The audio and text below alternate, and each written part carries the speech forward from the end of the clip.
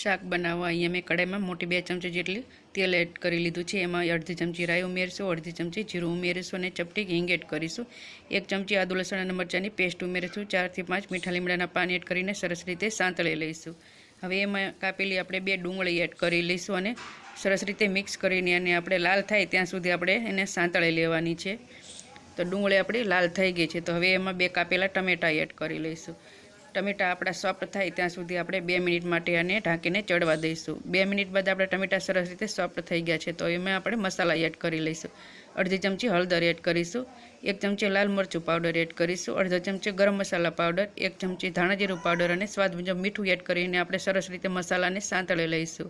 तो मसाला आपणा संतळाई गया है। तो आमां 1 ग्लास जेटલું पाणी एड करीशुं અને पाणीने उकळवा दईशुं। पाणी उकળી ગયા બાદ આપણે એમાં 100 ग्राम જેટલી પાપ એડ કરીને 1 મિનિટ માટે ચડવા દઈશું। તો આપણું સરસ મજાનું શાક બનીને તૈયાર છે। એક ડીશમાં આપણે